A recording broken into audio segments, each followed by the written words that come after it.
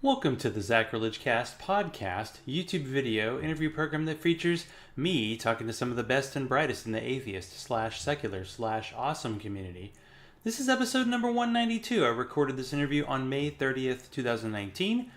I do want to apologize to my friend Jamal Black because we did an entire 45-minute take on the final Game of Thrones episode that lasted an official 80 seconds before I inadvertently stopped the recording but didn't notice until we stopped talking.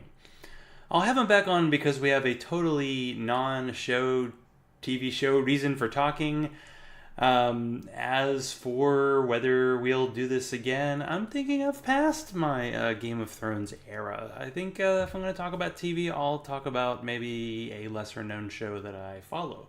So if you want to follow him, go to Twitter at Jamalisms. And yeah, there's a lot of sports involved, but we'll have him back on the show. Is it possible for us as a non-believer community to unify, especially in light of recent, say the past 40 years, political events? The government is completely anti-American and we need to stand up. Well, Sarah Levin has been standing up for us for a long time. She's the Director of Grassroots and Community Programs, transitioning to the Director of Governmental Affairs. In short, badass human being at the Secular Coalition for Reason. We find out why she might have hot sauce in her purse, how to rapidly respond to our current political nightmare, and why we have the facts, and in order to start making a real difference, we better start figuring out the feelings as well. Let's start the conversation. Holding to no human cocksucker for any of these limberdick cocksuckers. Welcome to the Zachrilege Cast! Sarah Levin, how are you doing this fine afternoon? I'm great. How are you? Good. I'm glad we could work out schedules. I know you have a busy job. It's a little more public, and I have a recently started job that occasionally involves staying late when you're not ready for it. And today, luckily, I got to get home, and I have my NanoCon shirt on, so I think we're ready. Oh, that's awesome. I wish I had mine. NanoCon was great. That's how we met, for all of you watching.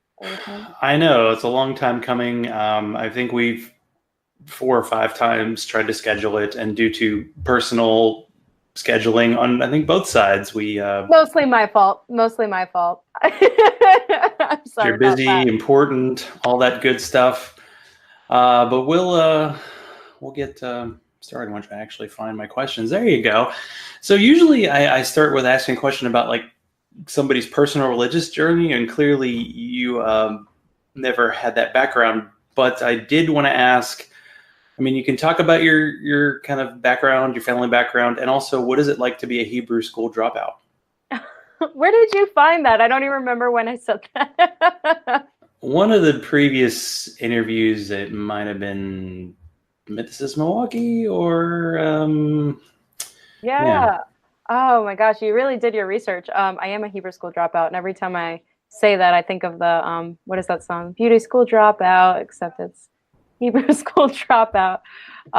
So I was raised by 2 atheists who are also culturally Jewish, and they are both immigrants from the former Soviet Union. My mother's from Ukraine. My father's from Belarus. And there was no religion in Soviet Russia, or no access to it at the time they were growing up. But they wanted me and my sister to have access to an education so we understood where we came from and our background and heritage. So I did go to Hebrew school. It was sort of a watered down Hebrew school, I would say. I like to joke that, and it's not really a joke, we would go every Sunday, and then we would learn one of the Hebrew letters, but there weren't enough weeks in the year that, with all the vacations and everything, to get through the alphabet. So I learned the first half to maybe 2/3 of the Hebrew alphabet really well, and then never learned the end of it because they would start over the next year.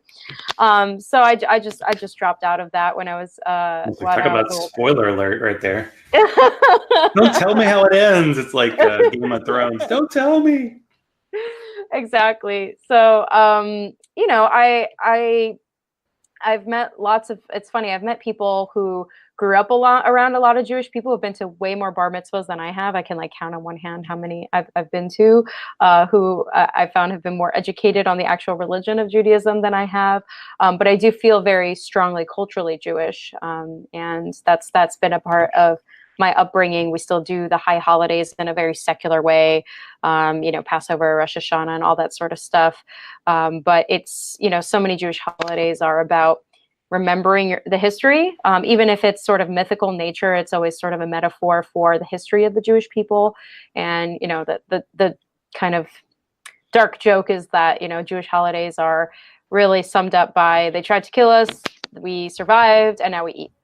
But in all seriousness, I do think it's important, regardless of being secular and being a pretty atheist family. Our history as a family and where we came from is very important to us. And where we came from and the experience of my grandparents on both sides was that it didn't matter whether you practiced or not, you were still a Jew. I've seen a copy of my mother's passport that said Jew on it. Because we were othered in former Soviet Union. It didn't matter whether you practiced or not, that's who you were. And then that meant that there were certain opportunities that weren't available to you and you could be targeted for discrimination or worse. And so that's something that I carry with me, but from a cultural and secular perspective, and not a religious one. Yeah, and it's like a double-edged sword is correct, but in terms of like a lot of people with Jewish background really aren't religious, but they keep the tag. And then being from former Soviet Union, that wasn't a religious area, but yeah, you were kind of tagged by that history and kind of forced to leave, or like your lower status. But I almost wish, and I've said this many times on the show, I almost wish that other religions were like the people who were Jewish, in that they kind of knew how to kind of keep it separate. Like they're like, this is my history, but I'm not going to take it seriously. Well, I mean, I think you're describing American Jews tend to be pretty secular. But if you look at, the only Jewish state we have, Israel, there's definitely a pretty serious entanglement of religion and government there. So I wouldn't give the Jewish people a break on, being somehow absent from this tendency to, once you're in the majority, wherever you are, want to entangle the majority religion with your government. Unfortunately, I think that's just a human problem. I know that means the kind of work you do probably is can transfer anywhere and will never be something that'll just be like, we don't need this anymore. So we want to talk clearly about Secular Coalition for America. What was your kind of background? How did you get on board? What's your current position now? I feel like I've seen a few titles for you, so you can clear that up for at least the recording today, and then things will change. Yes. Well, on May 31st, 2019, I'm the Director of Governmental Affairs. But I've been with this organization for nearly 6 years now. And so I've had a lot of different roles over the years. I went to school at American University in DC, where I was part of the leadership team of the Secular Student Alliance, which is still around. And I was one of those people who I had a predetermined list of places that I wanted to intern before I graduated college, in the spirit of ambitious DC students. And Secular Coalition was on there. That was something I was very interested in. And I made a beeline for the Secular Student Alliance group when I came to campus, because I did want to find like-minded people. And so I got really involved in the Secular Student Alliance, and I really enjoyed the community it provided and the discussions. But ultimately, what I was really interested in was how religion was impacting my life and other people's lives. I was less interested in talking about religion itself so much as how religion was encroaching on policy and the laws that impact everybody. And I had my own sort of pet issues that I cared very much about, reproductive rights being one of them. And when I started looking into the Secular Coalition even more and applying to intern there, I learned about all of these different policy spaces that I hadn't even thought about, where religion was encroaching in a really harmful way, whether that was tax policy or children's rights, so many public health issues outside of, in addition to reproductive rights, LGBT rights, the military, and on and on and on. And so I just got even more interested in it. and became an intern. Soon that turned into executive assistant, and it kind of just went from there. And I've had a lot of different roles at the organization and have enjoyed every bit of it. Well, what is kind of the, I guess, elevator pitch for Secular Coalition for America for the people who aren't as familiar? Sure, absolutely. So our mission is to bring visibility and respect to non-theists and to advocate for the separation of church and state as the best guarantee of freedom for people of all faiths and no faith. And we are a coalition now of 19 national member organizations. We started out about 17 years ago with 4, so we've really grown. And I think in addition to lobbying at the federal level on your behalf, if you're a non-theist or if you're an ally who supports the separation of church and state, we also play a huge role in, as a coalition, of bringing all of these different organizations together that have that serve different non-theists. All of our member organizations serve non-theists in some way, shape, or form. So you might have heard, if you're listening, some of these organizations like American Atheists or American Humanist Association, Center for Inquiry, Freedom from Religion Foundation, Ex-Muslims in North America, and so on. These groups, some of them are, they're all over the country, although a few of them are in DC. They serve different types of non-theists, have different types of ways of organizing and identifying, but the thing that brings them all together is the separation of church and state, and this understanding that we do need to work together to make sure we have a political voice, because if we don't have someone speaking on behalf of non-theists in the political sphere and elsewhere, then no one is going to speak for us. Or actually, people will speak for us, but our opposition will be defining who we are and how we're represented in government and in the media and so on. And so a big part of what we do is coalition building and bringing those groups together. We do an annual members meeting where the executives of all 19 member organizations come together to talk about how to build our movement, to talk about how to coordinate better and collaborate. We also manage working groups among the communication staffers, among the grassroots staffers, among all the lobbyists and attorneys that are meeting monthly to discuss what we're working on, share best practices, and work on group projects together so that we can pull those resources and have a bigger impact with a united voice. So for example, the Secular Week of Action earlier this year was the first time that we took something that's actually been happening at the local level for a while, but we nationalized it, and we worked with our member organizations to elevate that idea of, you know what, around the National Day of Prayer, which is just so deeply offensive to our community, instead of just talking about how that shouldn't even exist, let's counter with something meaningful, which is action, because we have there's a stereotype about our community that, of course you're familiar with, that we don't have values, we don't stand for anything, because the assumption is that you need to have faith or subscribe to a religious faith to make meaning in your life. And we know that that's not true. The secular community cares very deeply about the world and the community, and we see them active in all sorts of causes and helping the needy and all those sorts of things, but it doesn't really get recognized. And that recognition will help to just chip away at that stereotype that that's not something that we're motivated to do. And so the Week of Action was really about having folks across the country in our communities take action as a contrast to this, frankly, empty moral signaling of the National Day of Prayer, and actually, go do river cleanups and go pick up the trash in the community and go feed the homeless and go do a letter writing campaign. And there were groups across the country doing all sorts of social, political, and charitable actions that week. And that was, and it was humanists, and it was atheists, and it was humanistic Jews, and it was the ethical societies. And that was a result of working together with all of these organizations and all the folks who are liaising with their affiliates, chapters, whether it's humanist groups, atheist groups.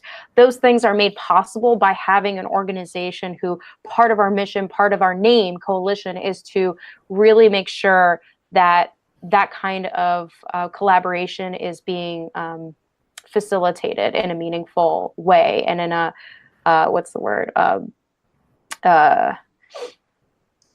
in a way that is intentional. Right. And I'm sure people who are listening and or watching are probably saying, well, what can I do? Well, we're going to get there. But, that's a little tease. Now, you mentioned the funny thing is I was going to make a joke question like, hey, can you name all 19 of the member organizations in alphabetical order? But you've already named like half of them. So what was the most recent one? One of the interviews I heard, I think I heard 18. So clearly there's been an addition. Yeah. The latest edition was Foundation Beyond Belief. Out of Atlanta, I think. I think they're based in. Yeah. Well, they have affiliates all across the country, and if you are a local group that is doing volunteer service, you should absolutely affiliate with Foundation Beyond Belief. All it gets you, all that it takes is signing up, and you don't have to really do much except report what you're doing. You get all this free stuff and free resources. You might get T-shirts. It's really like a win-win to affiliate with Foundation Beyond Belief. And I like to plug that because of what I was just talking about, where we're not, it's kind of counterintuitive. You want to do good things just to do good things, and you don't want to brag to everybody that you're doing good things. But the truth is that our community doesn't get credit for all the good things that we do, and we need to elevate and give visibility to the actions that we're doing because of goodness sake, not because we're looking for a reward, not because we're worried about punishment from some higher power, but because we believe it's the right thing to do. And showing that to the public is important because, again, it chips away at that idea that you can't be moral and a good person if you don't have faith. And just simply reporting to a national organization that is that can elevate the work that you're doing, whether it's your highway cleanup or if you do some sort of meal packing maybe once a month. If you're not affiliated with Foundation Beyond Belief, you're missing an opportunity to really elevate what you're doing, not just in your own community, but in this sort of national image that we have of you're contributing to the national image we have as a broader secular community. So I'm glad that they joined us.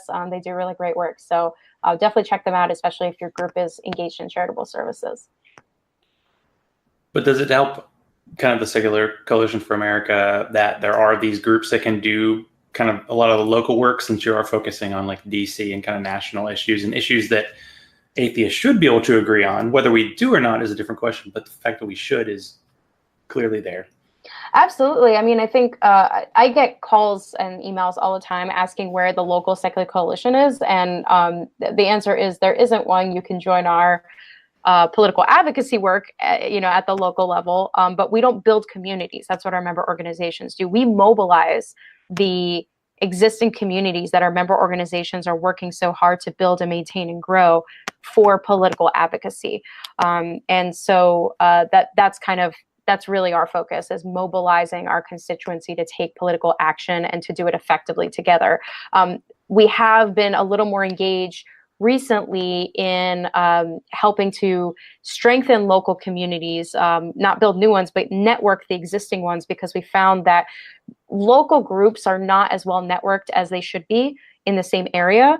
They're actually, we did a 120-day needs assessment last year and found that groups were reporting feeling somewhat and pretty well connected to national organizations, but very disconnected from local groups around them. And that's a big problem for us at the Secular Coalition, because if we need an immediate response statewide or from a specific district or whatever it is, if the groups in the area are not well connected with each other, it really gets in the way of being effective, of responding to whatever political issue is happening in a way that is united. If you want to get a sign-on letter from all the local groups in an area to a lawmaker at the state level or the federal level, you want to be able to do that really quickly and efficiently.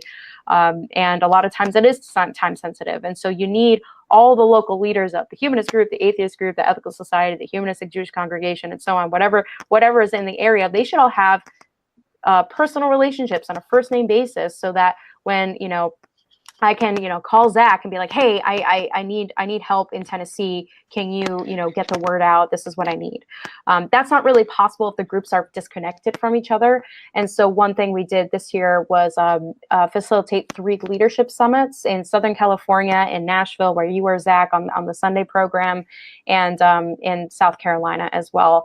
And the point was to really, it was kind of threefold. One, and probably the most important, was networking, was to really get folks in a room together who share the same goals, maybe have different communities, but all have an interest in building our influence as a community, and getting them to just get to know each other on a first name basis, so that next time they want to work together, it's not some stranger emailing that it's Zach, who I just met in person and broke bread with. We had lunch.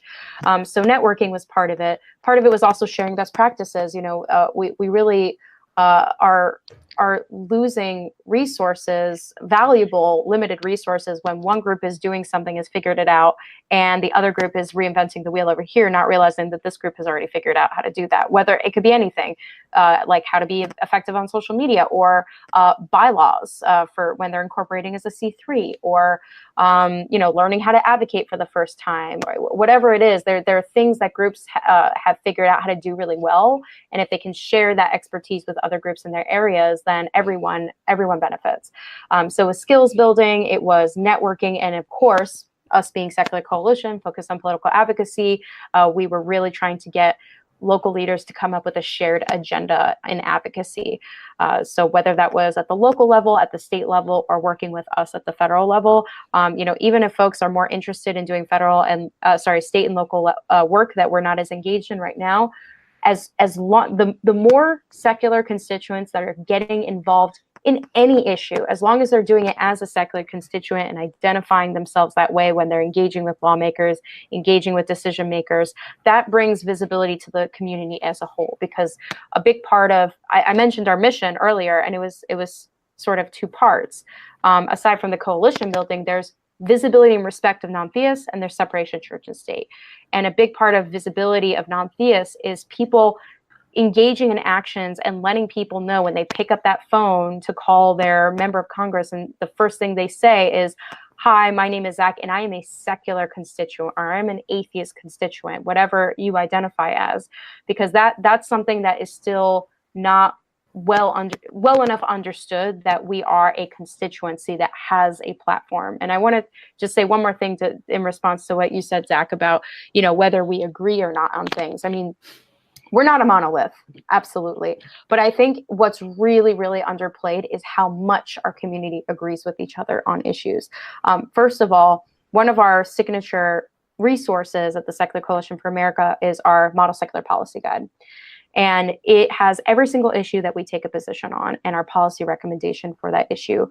That thing is like 40 pages long, and it is endorsed almost like 99% of it. I can think of maybe one or two issues that one or two organizations has some issue with, but for the most part, all 19 of our member organizations agree with all of those issues. That's really impressive. That's a huge, and again, it's health policy, it's tax policy, it covers everything. And if you look at the data, and I don't have it right in front of me, but there's data from Pew's research that shows where religiously unaffiliated, now remember, religiously unaffiliated isn't just non-theists, it includes people of faith who don't subscribe to a specific denomination. It also includes sort of everybody in between, but that whole block of unaffiliated with religion, and you compare that block of people to white evangelicals on attitudes about issues like same-sex marriage and whether or not a business should be able to turn you away on the basis of their religion, and access to abortion and issues like that. The religiously unaffiliated agree on those issues in greater numbers, as much as 10 percentage points more than white evangelicals do. If you think about that, and you think about, even an issue like abortion, that we agree as a block of people more than the evangelicals do, and then you look at our politics and see I was surprised when I looked at the numbers, because I thought our numbers would be lower in terms of agreement and theirs would be much higher, but it was the opposite. It's just that they're very well organized and very ideologically motivated. And so it seems like they're the monolith where, they're in complete agreement, all of these evangelicals, about the issues. And then you look at our politics and the influence they have on those issues like LGBT rights and reproductive rights. What that tells us is that if we can be as enthusiastic and as organized as they are, we can blow them out of the water in terms of political influence, because our numbers are increasing while theirs are decreasing. And we actually agree on the issues more than they do. And remember, it's the whole unaffiliated block. So that means including people of faith who just don't subscribe to a religion anymore, to a specific denomination, are on the same page as the atheists and the agnostics and the humanists. That's really, really powerful, and I think it's really it's worth mentioning. Yeah, it's got two sides to it. It's like it's inspiring because like you look at the numbers, and then it's depressing because you're like, that relatively small group has seemed to rule America policy since like 1980. Mm-hmm. And they are ruling our narratives. I think one of the things I was thinking about when I mentioned like our not getting along is the seeming ability of like people who are progressive and atheist, secular, taking on kind of right-wing talking points, and like the domination of that narrative right now. It's just so prevalent. And you talked about narratives when you're at NanoCon. So how do we kind of frame conversations when you're talking to somebody, especially like somebody in the South who's, you know, a congressman, has a giant, you know, cushion and probably will win no matter what, talking and kind of maybe adjusting a narrative a bit to at least say, hey, you gotta at least listen to us? Yeah, I think that's a great question. I think we have to start leading with our values and choose values that a lot of people, even if they're on the other side of us politically, could agree with. So, you know, one of the things I talked about in NanoCon is some of the language we use at the Secular Coalition. We talk about freedom, for example, and say that, you know, freedom means that your beliefs are protected, but they're never imposed on you. And if you don't even mention an issue and you talk to a conservative and say, don't you think that nobody should push their beliefs on you? That, you know, no one should tell you how to pray or where to pray or all those sorts of things. You know, we shouldn't have other people imposing their religious beliefs on us. They'll probably agree with that. And you can start with that as a baseline and say, well, you know, we as atheists or we as a secular community, you know, we have our own beliefs. They're just not based in religion, but we do have our own values and moral system and system of ethics. And when even if someone is in a certain religion is in the majority, first of all, even if the country is majority Christian, not all those Christians are not, they don't represent all Christians. There's many, many different denominations of Christians, and you'll find Christians that are here on an issue and on the opposite side of the same issue. So if you point that out, but you started from a place of we don't want beliefs to be imposed on us, you can at least find some common ground about, well, yeah, certainly, you know, that's religious freedom, right? And then you talk about how when one religion is in the majority and imposing those beliefs on everybody else, how that's a violation of religious freedom, and talk about not just how that impacts the secular community, but other religious minorities. So you can go back to our history and talk about how Catholics were treated by Protestants when they first came here, right? Those are two Christian denominations where you know, Catholics came over and they were the minority at the time, and they were the targets, and their religious freedoms were being violated. And so if you start from a place of, you know, this is a value before you even get into the issue, I think that's really helpful, even if they're not going to agree with you. I mean, I've had some really productive conversations with very conservative offices by starting with that kind of common ground. You know, we also talk about, when we talk about equality, we talk about both equal rights, but also equal responsibilities. And again, without even saying anything about issues, you could say, you know, don't you think that everybody should be equal before the law, in terms of being protected? And, you know, wouldn't you agree that everyone should, when it comes to laws, everyone should play by the same rules, especially if it comes to something like public health and safety? Everyone should be playing by the same rules, no matter who they are. And they'll probably agree on that. And then you can kind of go into some of the issues where that's not really the case, like how, not everyone's rights are being protected equally. For example, that, you know, you can get married on Sunday, you know, to someone of the same sex and be fired the next day for having done that. You know, is that really fair? You know, you might believe that it's wrong, but that person who just got married has a different belief than you, and should people be subject to the religious beliefs of their employers? Or talking about, you know, I think talking about reproductive rights is difficult, but, you know, if you're talking to someone on the other side of choice. But one thing you can do, because this does exist, there are people who are pro-life personally, but pro-choice in terms of policy. And that's perfectly fine. And the way you come to that conclusion is by acknowledging that I have my own deeply, sincerely held belief about when life begins. And this person has a different interpretation of that. I recognize that that is personal to me and personal to them. And therefore, I can be, say against abortion, but support your right to have your own interpretation because this is something very personal. And that's okay. And you can, and there are people who think that way. In fact, Senator Casey is one of those people who has a generally pro-choice record, but is personally pro-life. And that's perfectly okay. That's a great example of how you separate your personal beliefs from what you are going to legislate or what you are going to vote for in terms of taking someone else's right away. So I think it's really starting with that kind of really high level idea of you have your beliefs, I have mine. I shouldn't push mine on yours. You shouldn't you shouldn't push yours on me. How do we get there though? How do we make sure that you can live out your life, I can live out my life, and we're not treading on each other? And then get into the issue and make sure, especially if you're talking to an area where, like you said, they're cushioned by all of these folks who believe the way that they do. Talk about not just how it impacts you as someone from the secular community, but how it could impact their own constituents, because you might not be in the majority forever. And so don't you want to protect the institutions that will protect you when you're in the majority, but also in the minority? Yeah, that's definitely a lot of good points. And yeah, in terms of people in office, just kind of having that idea of, I don't know, it's like the reminding conservatives, remember when you were conservative and cared about, the actual budget and doing all these restrictive laws on restricting abortion. I don't see that a lot from the side that's like anti-abortion being like, I'm personally anti-abortion, but I don't want any laws. It seems like there's this monolith, which maybe you can break up with these individual conversations.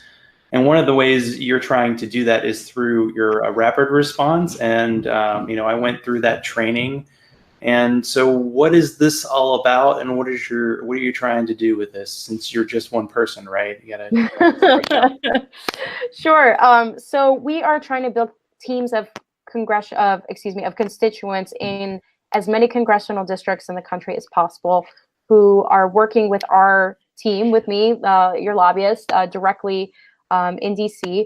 And of course, there's 435 congressional districts, so we want to have constituents in every single district in the country. And the reason is because, I can talk to members of Congress and their staff till I'm blue in the face, but if they've never heard from a constituent and they don't have a relationship with a constituent, me telling them that the religiously unaffiliated are the largest, fastest growing religious demographic in the country is meaningless to them if they haven't heard from constituents in their district. Even if I can show that there are constituents in their district, that's helpful. But if they haven't heard from them, if they're not an active constituency that they believe will vote in the next election, then it's not quite as meaningful. And so the most impactful kind of advocacy you can do in terms of, liaising and contacting members of Congress and their staff is doing it in person. And so a big part of our training is teaching you how to do an in-person sit-down meeting with the home district office of your members of Congress. All of your members of Congress, your senators and your representative in the House of Representatives have offices in the home state and in the home district. And the Senate offices often have more than one. And so that means that there is an office that you can go to and that is close proximity to you and sit down and have a conversation with a person. And that's important because those offices play a very important role in sort of being the eyes and ears of the office. Because remember, elected officials are always thinking about their next election, and when they're thinking about their next election, they're thinking about what are my constituents happy about? What are they unhappy about? And when we say constituents, we mean constituents that show up. The constituents that show up to meetings at town halls and who contact us, who have some influence, and who we can predict are actually going to show up on election day. Because being a constituent isn't enough. It's a constituent that is visible, which means that they expect you to show up on election day. And so the district offices keep an eye out on what the constituents are happy about and what they're not happy about, and what's going on, and relay that back to the DC office. There's almost guaranteed there's someone who's in charge, for example, of compiling and paying attention to the letters to the editor of your local paper. Why? Because that's a great way to gauge what is going on in the area and what people are talking about, what they care about. And so rapid response is a great way to get very directly involved in impacting policies. So what we do is we have our issues that we're lobbying for on the federal level. I can talk about that in a little bit. We give you all the resources, the training, of course, but also the kind of polished professional materials you can bring with you to staff and to the member if they're available in the home district office. And you're not just doing this once to say hi and that's it. You're building an actual relationship with a person, and that's really how things get done. These are people who are working, who you've elected, and there are people who work for them, and people are more responsive when they have an actual relationship with someone who they know, who they can trust, who's been reliable, who's been honest. A lot of advocacy and the things that we do isn't just going to an office and say, please vote for this or please vote against this. A lot of it is education, is telling them about who the secular community, who the secular coalition is, who our member organizations are, what are secular people, what do we stand for, how do they organize, are there secular communities in their district. A lot of it is just educating them about the community, and also of course the issues that we care about, that we want to raise. And so one thing that I really encourage folks to do when they're involved in rapid response is to bring their local affiliations with them into those meetings. If you're part of a local atheist group, you're part of a humanist group, maybe an Oasis, maybe Sunday Assembly, just mentioning that when you talk to those staffers is really important, because every single interaction you're educating someone who may not think that they've never met an atheist before, or maybe they have an idea of what non-religious people are like, but they didn't know that they were actually organized as a community. And you might be able to get your local group on the map for district outreach. So the next time they're planning the schedule for their boss of, where the photo ops are going to be and where the constituent meetings are going to be, maybe your local group is going to be on the list because you showed up and you have a relationship. And you have contact information for people who do that day-to-day work. And so it's really fun. I think that folks find it to be intimidating, but once you do it once, you're just addicted because it's so fun to do. And one more thing I'll say about it is that so few people actually do this kind of work. Go and sit down with somebody and talk to them and then follow up. That those that do have a disproportionate amount of influence, and that's why it is so important that our community get involved in this kind of work, because if we don't, that just huge gap between our numbers and how much we agree on things, and then the evangelical numbers and how much they agree on things, that's just going to continue in terms of them having disproportionate influence and us being completely underrepresented in government, both in terms of how many elected officials are openly non-theistic, but also elected officials advancing a secular, protecting the secular character of our government. That's just going to continue no matter how many unaffiliated people there are in the country, if we're not engaged in the electoral process, as well as the kind of work we're doing with rapid response. Well, how does one become a rapid responder? That's a great question. You can go to secular.org and sign up. It's under grassroots activism. You can also just email me, sarah@secular.org, sarah@secular.org, and I will get you set up. It really is, even though it's an in-person meeting, you don't have to do those very often. You can do them once or twice a year, and that's enough to build, that rapport with a person, and then you can call them, you can write them, and just continue to build a relationship with the offices in your area. And if you're looking for even more activism to do, you can actually be a district captain and represent your entire congressional district and help us recruit more people to represent your congressional district as well. And do you feel like there's certain areas of the country where you need more representation, or is it pretty much just everywhere? Oh, that's a really good question. I'm looking, I have a map on my wall, so that's why I'm looking this way. I think the more people we have in the biggest trouble spot areas of the South and the Midwest, the better, because we those are places where the visibility really we need more visibility. We need those members of Congress to understand that they have secular constituents. I think swing states are going to be really important. So if your state is particularly important in 2020, then that's a really good reason to be just involved with us in general. But generally we need people everywhere.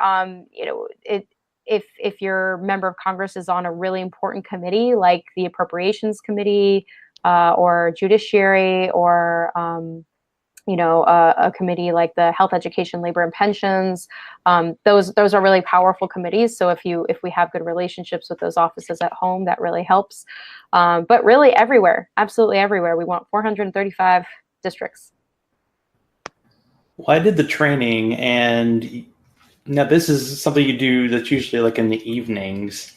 And so you've already been working a long day. How do you keep the energy level up being kind of a full-time activist? And is there ever any case of burnout? And what do you do to kind of keep that energy level up? That's a really good question. It can be really difficult, but I think,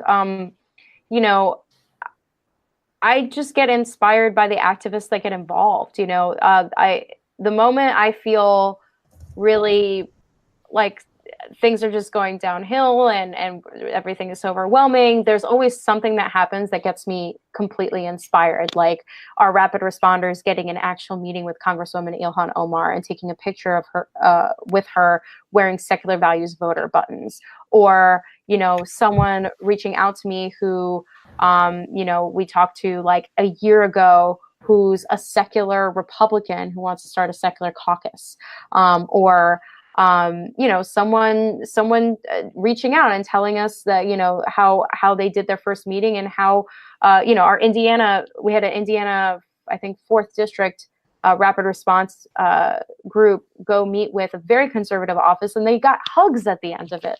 It's things like that where it's like, what, we're really making a difference here. And that's kind of what keeps me going. And also, I don't mind doing these trainings in the evenings because, other people have jobs too. I'm paid to do this, and they have families and they have obligations, and then they spend time with me on an evening where they probably should be making dinner or something, or relaxing after their long day. And instead they're spending it learning how to do activism and adding activism on top of their everyday activities. And so I'm just really grateful for that. I'm really inspired by that. And I think that keeps me going. Yeah, I think that's one of those narratives that seems like, oh, things are getting worse, people are getting more polarized, but sometimes it is a matter of like one conversation, one question, and you're like, well, maybe things aren't as bad. Because as much as humans are responsible for where we are, they're also going to be the people to turn it around. My cats are definitely not going to do it. I know that. That's my thing. We're getting close to the end, but I did want to ask one kind of personal question. So what happens to you when you run out of Frank's Red Hot? Oh, gosh. I very begrudgingly use some other alternative, like a Cholula or some other inferior, but also decent hot sauce. But pretty much I'm in an urban environment where I can walk to a lot of grocery stores and CVS's. So I don't really have a good excuse for being out of Frank's Red Hot very often. Well, having Aaron Ra on, he's like the guy who's super into the hot food. And I told him that I had a beer locally that was barrel aged, but it also was aged with hot sauce. And he's like, ooh. And my thought was, you know what? I'm glad I tried that beer, but I don't think that's something that needs to be together.